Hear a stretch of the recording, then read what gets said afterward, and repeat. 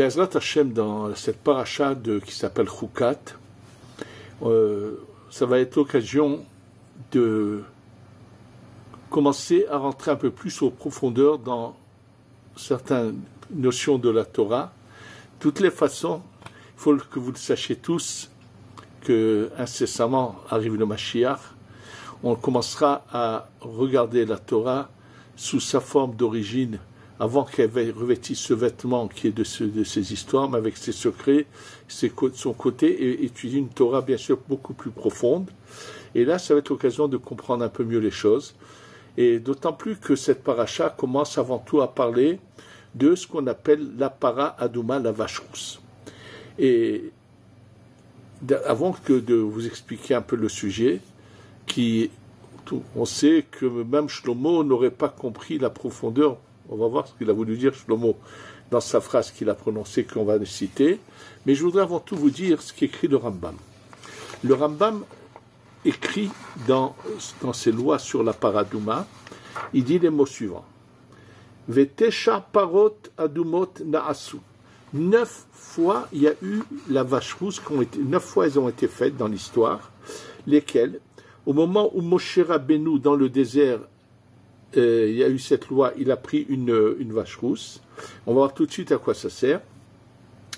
Ensuite, après il y a eu également Ezra, quand il y a eu le deuxième temple avec Ezra, il dit d'abord jusqu'à que soit détruit le Beth Amikdash, et elle n'avait eu d'abord, celle de Moshe Rabbeinu. Ensuite, la deuxième, c'est Ezra, comme je vous l'ai dit, oui. Et ensuite, depuis l'époque de Ezra qui reconstruit le deuxième temple, jusqu'à la destruction du deuxième temple, il y en a eu encore 7. Donc, au total, il y en a 9. Il dit la 10e, ça va être bientôt le Mashiach qui va la faire. Donc, de toute façon, c'est quelque chose auquel nous allons assister, mais on va essayer ensemble d'essayer de comprendre qu'est-ce que ça pouvait bien signifier.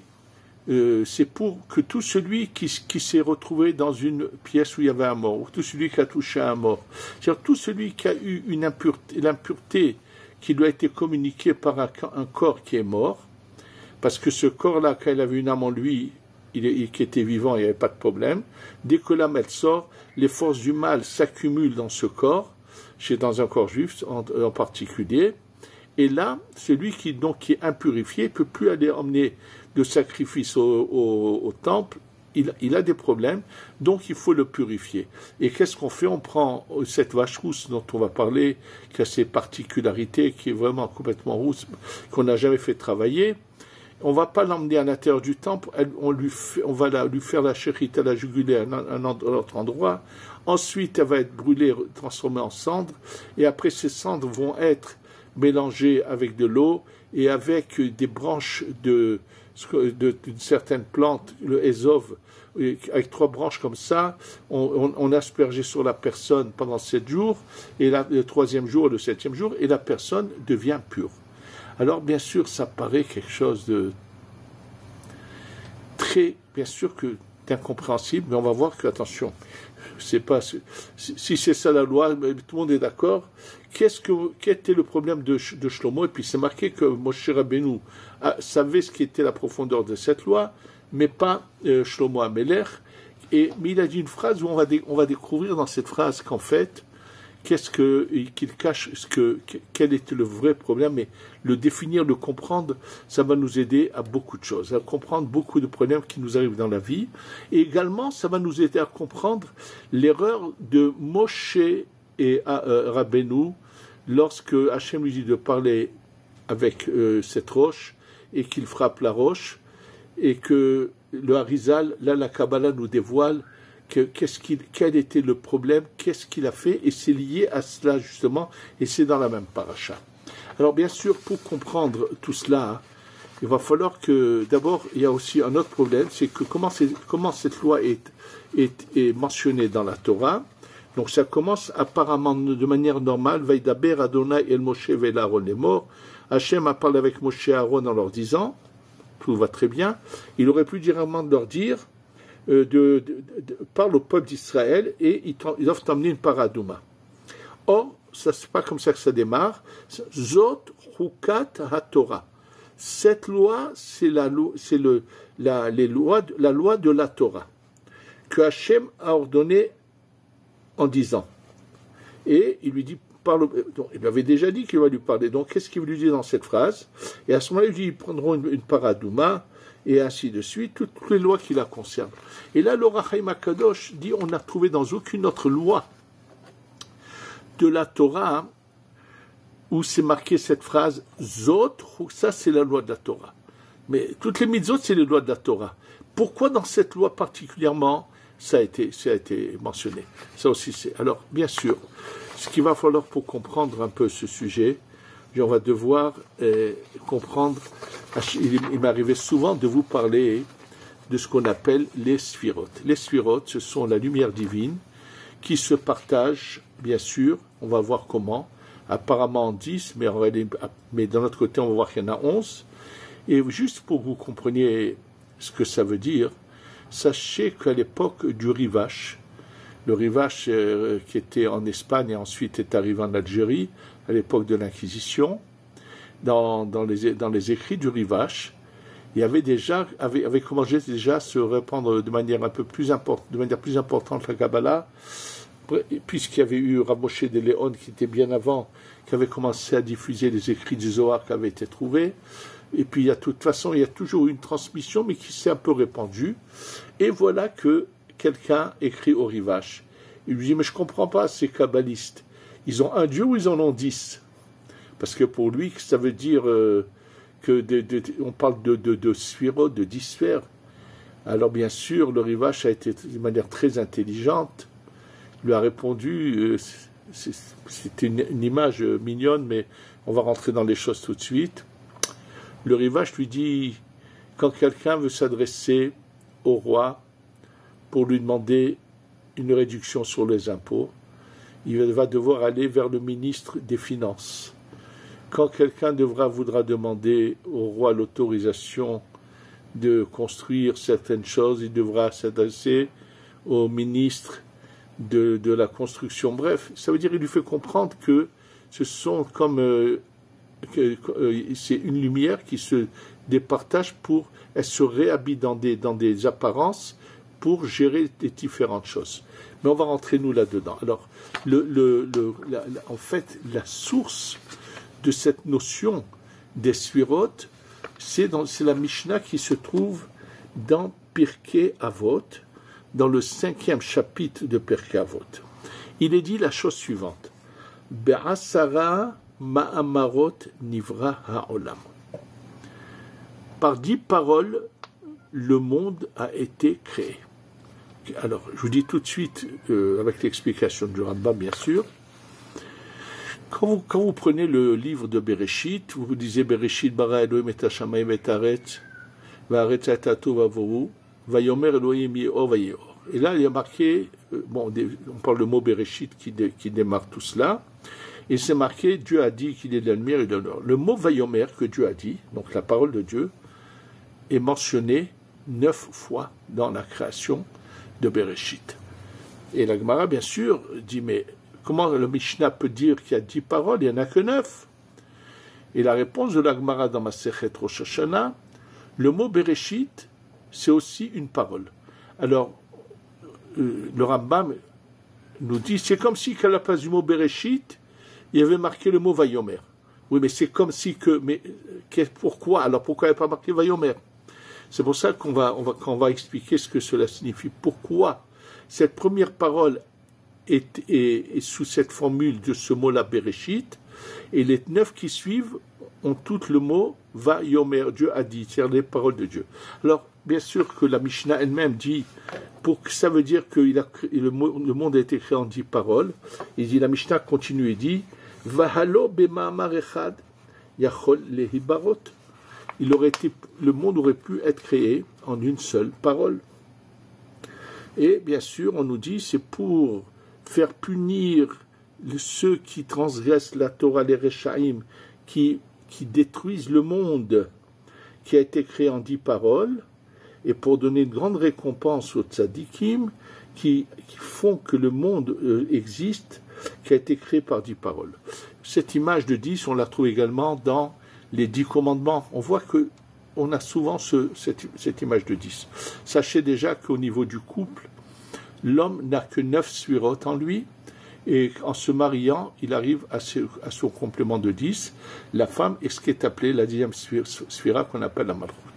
Alors, pour comprendre cela, bien sûr, on va devoir, je vais vous donner le nom de toutes les sphirotes et expliquer leurs fonctions, leurs forces, leurs faiblesses, chacune qu'est-ce qu'elle a comme problème, comment on les utilise, comment on les fait vibrer, et c'est grâce à cela qu'on va commencer à comprendre qu'est-ce que signifie toute cette image de la vache qui doit être rousse, para aduma, tout ça nécessite, et quel rapport avec celui qui doit se purifier. Tout ça va être expliqué par rapport à cette notion de ce qu'on appelle les 10 sphirotes. Donc il faut d'abord, on va les citer, expliquer chacune de ces sphirotes ce qu'elle représente pour rentrer vraiment dans le sujet. Alors les sphirotes, on va les compter dans l'ordre. Le Keter.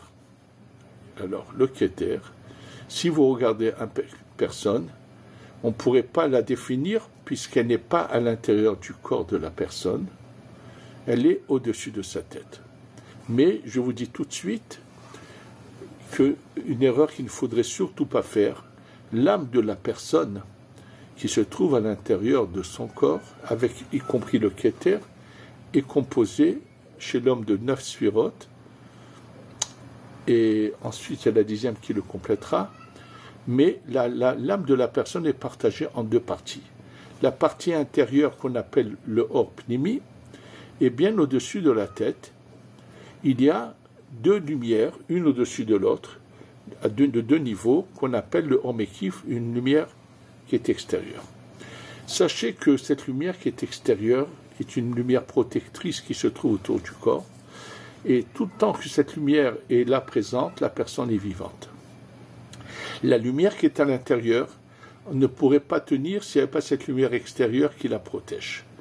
Chez quelqu'un qui doit mourir d'une manière naturelle, pas par accident, pas par ma chose de danger, et ainsi de suite, pendant 30 jours, le Or Mekif, cette lumière extérieure, va commencer à se retirer de la personne qui doit quitter ce monde. Oui, 30 jours avant, tous les jours, une parcelle de cette lumière extérieure se retire, et dès que le 30e jour, la dernière parcelle de la lumière extérieure s'en va, la lumière intérieure quitte à ce moment-là le corps, et c'est à ce moment-là que la personne quitte ce monde. Il y a moyen de savoir si une personne est dans les 30 jours avant son décès. Oui, il y a un signe dans les yeux qui permet de voir si on peut on peut le voir. Si il y a quelque chose, il y a un signe dans les yeux que je ne vais pas parler de ça ici, mais sachez que nous connaissons ça, on sait comment le voir dans les yeux d'une personne. Et je vous dis ça pour une raison, c'est que quand je vous parle de la sphira du Keter, la Keter est la source des 9 sphirotes qui sont à l'intérieur. C'est-à-dire le Keter est au-dessus, et elle est juste là, mais elle est entre le crâne et cette lumière extérieure qu'on appelle le Mekif qui est protectrice. Le Keter n'est pas, c'est la source de la lumière intérieure du Or Pnimi. Alors c'est une lumière qui est là bien sûr, mais nous ne la voyons pas. Donc en fait, il y a 2 manières de regarder un individu. Soit de regarder que le corps uniquement, soit de compter les sphirotes par rapport à sa neshama. C'est pour ça pourquoi je vous dis cela, parce que en fait, si on compte toutes les sphirotes, on arrive à 11. Je vais vous les compter dans l'ordre. Donc Keter en premier, ensuite Chochma, Bina, ensuite le Da'at, après il y a Chesed, Gvura, Tiferet, Netzach, Hod, Yesod, Malchut. Ça fera 11 mots. D'ailleurs, c'est pour ça qu'à Rosh Hashanah, dans cette phrase qui est rajoutée dans la tfila de Rosh Hashanah, il y a 11 mots qui font allusion à ces 11 sphirotes, qui sont les mots sont Zochrenu lehaim, Melech hafetz bahaim, Kodvenu besefer haim, le ma'anach Elohim haim. Cette phrase que nous rajoutons depuis Rosh Hashanah jusqu'à Kippour a 11 mots et bien sûr qu'elle est en relation avec les sphérotes. Et sachez que toute la tfila est en relation avec les sphérotes. Comment on les fait? Alors, bien sûr, on va expliquer comment ça fonctionne. Donc, je dis qu'il y a le Keter. Ensuite, à l'intérieur de la tête, à droite, il y a ce qu'on appelle la Chokhma. À gauche, en face de la Chokhma, il y a la Bina. Et au-dessous des deux, il y a ce qu'on appelle le Da'at. Avant de continuer pour vous parler des autres sphérotes, on va parler de qu'est-ce que représentent ces sphérotes et quelles sont leurs forces et leurs pouvoirs. Sachez que il est dit dans le Pirkei Avot, Ezeu Chacham, Aroé et Tanolad. Qu'est-ce que c'est un Chacham? Celui qui voit l'avenir. Mais c'est-à-dire voir l'avenir. Alors on va expliquer tout de suite. Je viens de vous dire que tout le monde a Chokhma Binadat. Bien sûr, tout le monde les a. Mais est-ce que tout le monde utilise ce potentiel qu'il y a en lui? Tous ceux qui sont enfermés en psychiatrie, c'est certain qu'ils ont le Da'at, mais ils ne font pas fonctionner leur Da'at. Donc c'est pour ça qu'ils arrivent en psychiatrie. Celui qui ne sait pas bien faire fonctionner son Da'at, sa place est dans un asile, dans un endroit, il faut l'interner, absolument. Donc on va voir que ça veut dire Ezeu Chacham. En fait, il y a ce qu'on appelle le désir. Et il faut savoir que le Keter qui se trouve, cette lumière qui se trouve là au-dessus du crâne, que nous ne voyons pas, à part les tzadikim qui voient ça chez les êtres humains, mais que les animaux, eux, voient. Et cette lumière qui est là au-dessus de la tête est liée avec les yeux. Ça veut dire que c'est par les yeux que cette lumière peut se déclencher. Cette lumière, qui est en fait la source de toutes les sphérotes, c'est celle qui est appelée Bereshit dans la Torah. On va expliquer. Le mot Reshit, c'est le départ de tout. C'est pour ça qu'il n'y a pas le mot Vayomer, parce qu'en elle, il y a la force de toutes les sphérotes. C'est la racine de tout.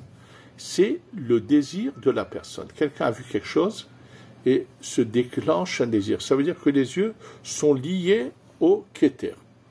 Et lorsque, bien sûr, quelqu'un voit quelque chose, alors, qu'est-ce qu'il doit faire? Il doit faire une analyse. Si ce que j'ai vu, je veux l'appliquer, je dois réfléchir quelles vont être les conséquences. Donc quand il est dit Ezeu Chacham Aroé Tanolad, on ne cherche pas à voir le futur, mais on veut dire aux personnes, si avant de faire quelque chose, réfléchis aux conséquences. Aroé Tanolad, c'est-à-dire il voit ce qui va naître de son action. Donc c'est de voir les conséquences. Et ça, c'est utiliser sa chokhma. Qu'est-ce qui est dit sur la chokhma? Ve'a chokhma me'ayin timatse. La chokhma du néant, elle va venir. Ça veut dire que la chokhma vient juste après. Le keter, c'est quelque chose d'imperceptible, d'imprenable, qu'on appelle ayin. Donc un néant, c'est quelque chose qu'on ne voit pas et qu'on n'arrive pas à percevoir. Et la chokhma vient juste après. Une fois que la personne a réfléchi et a pensé aux conséquences et décide de faire la chose, alors les plans vont être faits par la bina. La bina vient du mot mevin, comprendre, c'est une sagesse de déduction des choses. Quand on veut faire quelque chose, il faut penser, si je l'aperçois d'abord, ensuite ça, sinon si je ne fais pas comme ça, je serai bloqué ensuite. Donc c'est une intelligence de déduction qu'on appelle la bina. Et d'ailleurs, c'est marqué que les femmes qui vont l'utiliser ont plus de bina que chez les hommes, puisqu'elles sont à s'occuper de gérer un foyer et de voir comment les choses doivent se faire. Donc, cette idée de déduction. Attention, tout ça, c'est juste qu'on veut parler de leur effet sur le plan du corps. Mais on va voir leur force spirituelle, on va parler tout de suite. Ensuite, le da'at, c'est le point de contact, le lien entre ce qui a été décidé et qui va donner l'ordre aux organes de mettre les choses en application. Alors, quelque part, le da'at, qui est le petit cervelet, il est un peu l'âme du corps elle-même. Donc, lorsque le Harizal nous explique bien qu'il y a 11 sphirotes, Pourquoi c'est marqué dans le Sefer Yetzira de ce fameux livre que nous a laissé Avraham Avinu, c'est marqué Esser velo echad esre, Esser velo techar, 10 et pas 11, 10 et pas 9.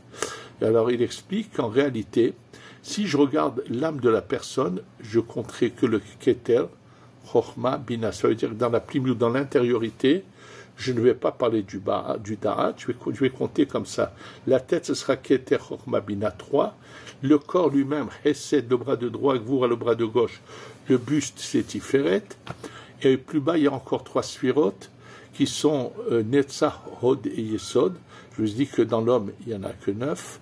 Et la Malchut, c'est la dernière sphira qui est un peu le reflet de toutes les 9 de l'homme, se complète à 10. Et quand Hachem a créé le monde, il a pris ces 10 forces spirituelles, il les a utilisées, c'est-à-dire sa lumière s'est revêtie dans 10 formes de force pour qu'il a créé, c'est un vêtement aussi qu'il a créé pour créer le monde. Donc ça c'est d'une manière générale. Maintenant on va voir leur force et leur capacité à ces sphirotes, comment elles agissent. Il faut savoir que dans le nom de Dieu, on a ces 10 sphirotes. Alors comment on les voit? Dans les 4 lettres du nom de Dieu qui sont le Yud, ensuite il y a le He, le Vav et le He. Le Yud, première lettre, Yod Chochma Keduma. Dans le chant de Bar Yochai, on nous parle de Yud, c'est la Chochma Keduma. Alors, il faut savoir que dans le Yud, il y a également une allusion au Keter, qui n'est pas représenté par une lettre, parce que le Keter dépasse le niveau des lettres. C'est pour ça qu'il est appelé Bereshit et non pas Vayomer. Mais la Chochma, il faut que vous sachiez le Yud, c'est la lumière la plus puissante qui protège des forces du mal. Bien sûr que dans le Keter, c'est encore beaucoup plus haut, elles n'ont même pas accès. Le Keter anéantit le mal, mais la Chochma permet de se protéger, de le repousser. La Bina, il n'arrive pas à s'attaquer à la Bina, mais elle ne peut pas les anéantir ni les repousser, comme la Chochma. Ce sont les 2 premières lettres du nom de Dieu, le Yud et le He. Et bien sûr, là, à ces 2 lettres-là, il n'y a aucune emprise. L'emprise des forces du mal, malheureusement, sont sur les lettres qui représentent le corps. Le Vav, qui est dans le nom de Dieu, représente les 6 sphères du corps lui-même, plus les 3 de la tête, ça fait 9, comme je vous l'ai dit, et la dernière lettre, le He, font une allusion à la femme, à la Malchut. Et bien sûr, le but, c'est d'unir tout cela. Ça veut dire qu'on doit unir la Chochma à la Bina, et unir le Vav avec le He, Tiferet et Malchut. Ça, c'est nous qui devons faire que ces luminaires s'unissent. Maintenant, le Vav et le He, ce sont les lettres les plus fragilisées, ou les forces du mal, quand quelqu'un faute, donne aux forces du mal la possibilité d'avoir une emprise sur lui, et donc de l'impurifier, absolument. Et c'est pour ça que je vous ai dit, il n'y a pas longtemps dans un cours, que c'était ça la force de Amalek, de refroidir les gens dans leur émouna, de les écarter d'Hachem, que lorsqu'il y a des miracles, de ne pas leur faire croire que c'est le hasard, comme le dit Rashi, et donc d'avoir une emprise, et la personne s'impurifie, dont on l'a fait fauter. Et donc, et c'est pour ça que je vous avais dit que dans le Kaddish, combien il fallait faire attention de prendre des livres de prière où le mot Shemé est écrit avec un Yud, où la demande est que on veut que les 2 premières lettres qui sont intouchables prennent les 2 dernières lettres, les ramènent vers elles. C'est Saïd Gadal, Vit Kadash et Meraba. Il va grandir et se sanctifier. Le nom Yudke, en prenant les 2 autres lettres et les unir à eux, c'est d'effacer Amalek. Et c'est pour ça que c'est une erreur terrible, ceux qui ont voulu retirer le Yud du Kaddish, qui n'avaient pas eu l'esprit de... S'ils avaient seulement ouvert ce livre qui s'appelle le Shara Kavanot du Harizal, ils auraient également pu voir que c'est noir sur blanc, que c'est comme ça qu'il doit être le Kaddish. Donc c'est pareil plus loin lorsqu'on va dire Yehe Shemé Rabba Mevarach Le'alam Le'alme Almaya, où il y a 28 lettres avec le Yud, et non pas retirer le Yud et mettre un Vav, de dire Le'alam ou Le'alme, c'est une erreur, c'est contraire à ce qui est marqué. Donc en fait, c'est comment? Alors, qui c'est qui peut donc écarter le mal? C'est ces deux forces supérieures qui sont la chorma et la bina. C'est elles qui peuvent repousser, et c'est pour cela que, alors où c'est qu'on les retrouve, ces deux forces-là, de la chorma et de la bina, lorsqu'on parle d'un mikvé dans lequel on va s'immerger pour se purifier, ou bien lorsqu'une femme, après son cycle et qu'elle a fait 7 jours de pureté, va aller se tremper dans un mikvé, le mikvé lui-même, les murs du mikvé représentent la bina, puisque le mot mikvé lui-même représente la valeur numérique de 151, qui est un nom de la bina, qui est le Shem Heye, le nom 21, mais lorsqu'on remplit ces lettres, d'une certaine manière, on arrive à 151. L'eau qui est dans le mikvé, c'est la lumière de la chorma, qui, elle, repousse. C'est-à-dire, quand la personne s'immerge dans le mikvé, le mal qui était accroché à elle, la saleté, l'impureté, se sépare d'elle. Donc, il faut que les deux fonctionnent ensemble. Un mikvé vide ne peut pas du tout agir. Sachez maintenant autre chose de très important. Il faut que vous sachiez que la chorma, dans le Sefer Yetzira, elle a 32 chemins. Lev, netivot chorma. Oui, c'est comme ça que c'est défini. Ces 32 chemins de la chorma sont mentionnés dans le Sefer Yetzira, alors que la bina, elle a les 50 portes de la bina, hamishim sha'are bina, qui représente le mot yam, la mer. Oui, la mer dans laquelle on se trempe, où on va à la mer, c'est yam, c'est 50. Et donc c'est pour ça que la mer également peut purifier. Donc c'est hamishim sha'are bina.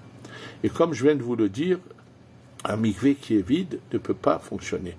Alors sachez que dans ma Masechet Yoma, lorsque Rabbi Akiva dit, juste là-bas où on parle de se préparer à Kippour, on va se purifier, il dit Ashrechem Israël, heureux soyez les Bnei Israël, Lifnemi atem etarim ou mi metaeretrem. Bien sûr qu'on le dit de manière sans comprendre la profondeur, qu'est-ce qu'il veut dire? Devant qui vous vous purifiez et qui vous purifie? Le mot mi, c'est la bina. Il dit, la bina seule ne peut pas vous purifier. Un mikvé qui n'a pas d'eau ne peut pas. Il dit l'ifne mi ou mi, lorsque ce qui est avant le mi, qui est la chorma, avec le mi qui est la bina, quand ils sont ensemble, ils peuvent vous purifier. L'ifne mi ou mi, lorsque le l'ifne mi, ce qui est avant la bina, la chorma, uni à la bina, peuvent vous purifier. Absolument, c'est ça ce qu'il a voulu dire. Et d'ailleurs, la tchouva est appelée bina. C'est pour ça que, comme il dit le Zohar, dans ce Télim où on dit Shir ma'alot mi ma'amakim kelaticha Adonai, c'est un chant où on dit du plus profond, je t'ai appelé Hachem. Après on dit Im avonot tishmoria Adonai mi ya'amod. Dans le texte, ça voudrait dire Im avonot, si tu gardes les fautes, Hachem, et là Hachem est écrit avec seulement Yudéhe, Hachem, et après c'est marqué le nom complet. Et on voudrait dire mi-amot qui pourrait supporter cela. Mais dans le Zohar, on le dit différemment. Im avonot ishmori Adonai, s'il y a des fautes devant toi, Hachem, la bina, c'est elle qui va venir nous nettoyer de nos fautes. D'ailleurs, maintenant, on va revenir à la paradouma. Rappelez-vous ce que Rashi ramène, qui remet pas plusieurs des commentaires, que la paradouma va venir réparer la faute du veau d'or. Et sous quelle forme ça nous est enseigné cela? C'est marqué Tavoaima vetekaner tsuatebena. La maman va venir nettoyer les excréments de son fils. Le veau est un petit de la vache. Donc il y a un lien. Alors sachez que maintenant on va arriver au sujet lui-même. Sachez que la para-adouma fait une allusion à la bina. Absolument, la para-adouma fait une allusion à la bina. Alors, je vais vous le montrer. Alors, il faut savoir que la bina, d'une manière générale, est utilisée surtout comme bâton pour punir ceux qui ne veulent pas respecter la Torah. C'est marqué dans le Zohar et dans les écrits du Harizal, bina, dinim, mitarim, mina. La bina, les dînes, la rigueur vient d'elle. D'ailleurs, le mot para-adouma, quand on parle de la para-adouma, le mot para, sachez que dans les 22 lettres de l'alphabet, elles sont toutes de chesed, de rachamim, de la miséricorde. Les 5 dernières lettres finales, qui sont le chaf sofi, le mem sofi, le nun sofi, le pet sofi, le tzadik, qu'on appelle man safar, dans l'ordre des lettres, ça aurait été kimnapetz, mais comme c'est mentionné en général, Man Safar, si vous comptez ces lettres, 20 plus 40 plus 50 plus 80 plus 90, vous allez arriver à 280 par dinim. Il y a 280 forces de din. Mais quand on veut adoucir le din, alors on va remonter à la source et on va rajouter un et. Donc la para, c'est une allusion aux forces du din qui commencent à s'adoucir. Et d'ailleurs, on va voir qu'il faut la brûler pour justement par le feu, on va adoucir le din. Oui, le din va être adouci par un din. Et là, on va comprendre, d'après tout ce que je viens de vous dire, il y a un gros problème. Et c'est ce problème qu'a soulevé le roi Salomon, Shlomo Ameler, pour nous faire comprendre où est la difficulté dans cette loi-là.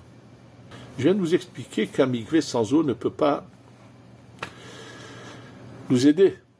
Or, si la para adouma est que la bina, comment peut-elle, repousser l'impureté et nous aider? Ça ne peut pas nous aider. Et comment il nous le fait comprendre, le roi Salomon, quand il dit, avec quelle phrase? Écoutez bien la phrase qu'il a dit. Amarti, j'ai dit, ahakema. Le mot hakema vient du mot chokhma. Amarti ahakema. Vehi rehoka mimeni. J'ai dit, je vais utiliser ma chokhma, elle est loin de moi. Alors sachez que le mot rachok, de loin, fait une allusion dans la Zohar et dans la Kabbalah à la chokhma. C'est-à-dire que Shlomo Ameler, il dit, c'est évident que la para ne peut pas agir s'il n'y a pas la chokhma. Mais où est cette chokhma? C'est ça le problème. À quel moment la chokhma rentre puisque dès l'instant où on prend cette vache, et on va la sanctifier, on va lui faire tout ce qu'on va lui faire, quel est le moment où la chokhma va rentrer en elle?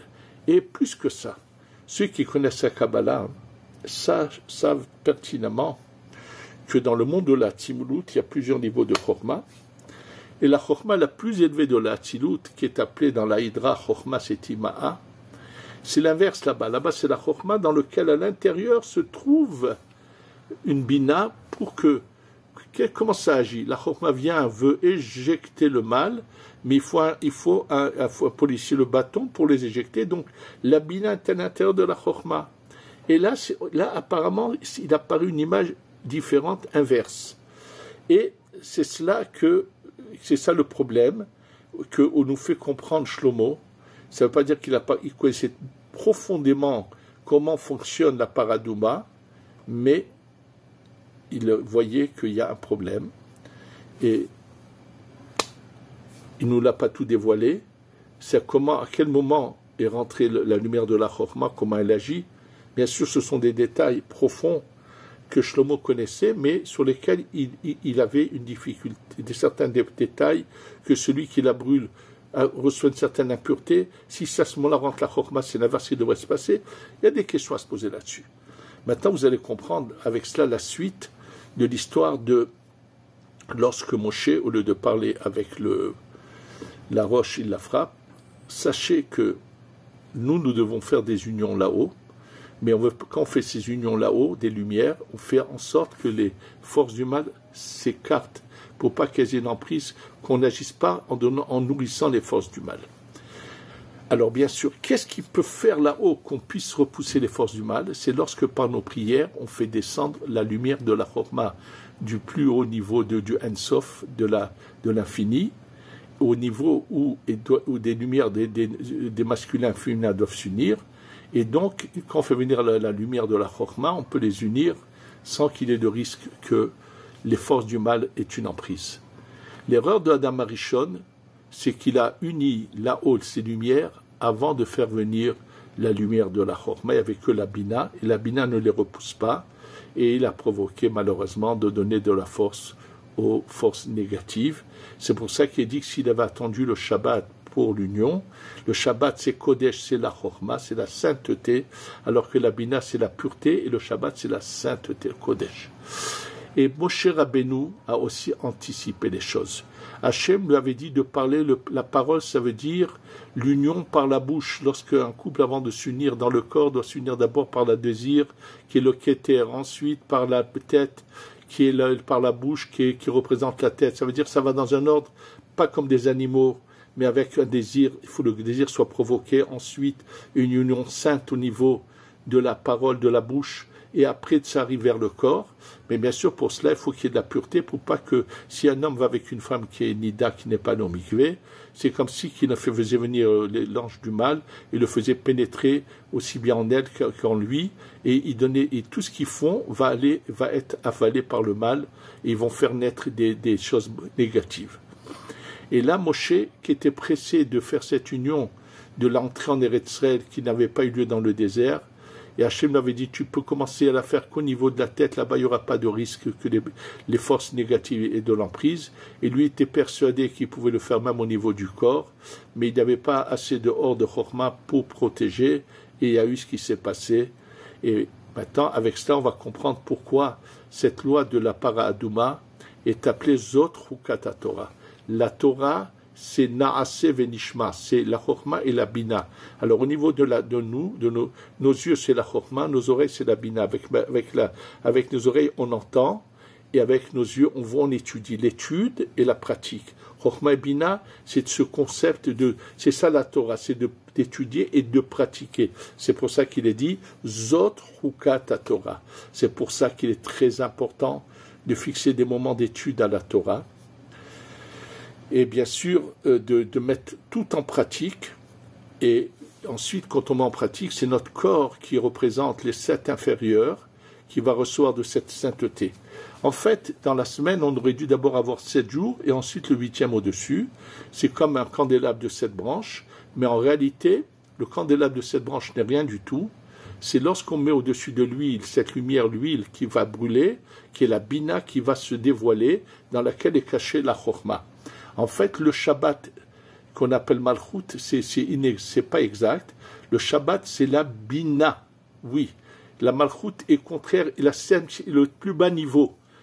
C'est pas la plus haute, c'est le plus bas. Le 7e, la Malchut est le plus bas. Hesed, Gvura, Tiferet, Etzachod, Yesod, Malchut. Tous les jours de la semaine, le premier jour, c'est le Hesed, le deuxième jour, nous, on les travaille. La 7e Sphira, par l'entrée du Shabbat, elle est arrangée. Mais ce qu'on fait venir le Shabbat, c'est le hors de la Bina avec la Chorma à l'intérieur. Chaque Shabbat ou Shabbat, c'est Kodesh. La gérance du monde passe par la Bina, mais la lumière du Shabbat vient de la Chorma qui est Kodesh. Et ça, c'est ce qui est au-dessus des 7. C'est comme un candélabre de 7 branches. S'il n'a pas de lumière au-dessus, ça reste que des branches qui ne servent à rien. C'est la lumière qui est au-dessus. Donc en réalité, le Shabbat, c'est pas le 7 qui est le plus important en lui. C'est quand on finit les 7, on monte au-dessus des 7. Et c'est ce qui va se passer bientôt avec la venue du Mashiach. On est dans les finis des 6000 ans. On rentre dans le 7e millénaire, qui est la Bina, dans lequel va se trouver également la Chorma. Et bien sûr, on pourrait passer des heures encore là-dessus. Mais je voulais quand même qu'on ait une idée générale, qu'on se prépare à cette Torah que nous allons bientôt étudier avec la venue du Mashiach, qu'on comprenne que ce n'est pas un acte barbare de prendre un animal, le brûler, qui a tout un sens profond dans cela, que cette vache qui est rousse, c'est le din, comme à travers le din, on va lui emmener de la chorma pour qu'il puisse écarter le mauvais din, qui sont les forces négatives, et laisser le din pur, séparé, et que Bekarov, bientôt, on assiste à cette paradouma que fera le Mashiach pour nous purifier à tous, pour qu'on puisse avoir accès au 3e temple qui va descendre bientôt avec la venue du Mashiach. Shi Galeh Alenu Bimera Be'amenu. Amen ve Amen.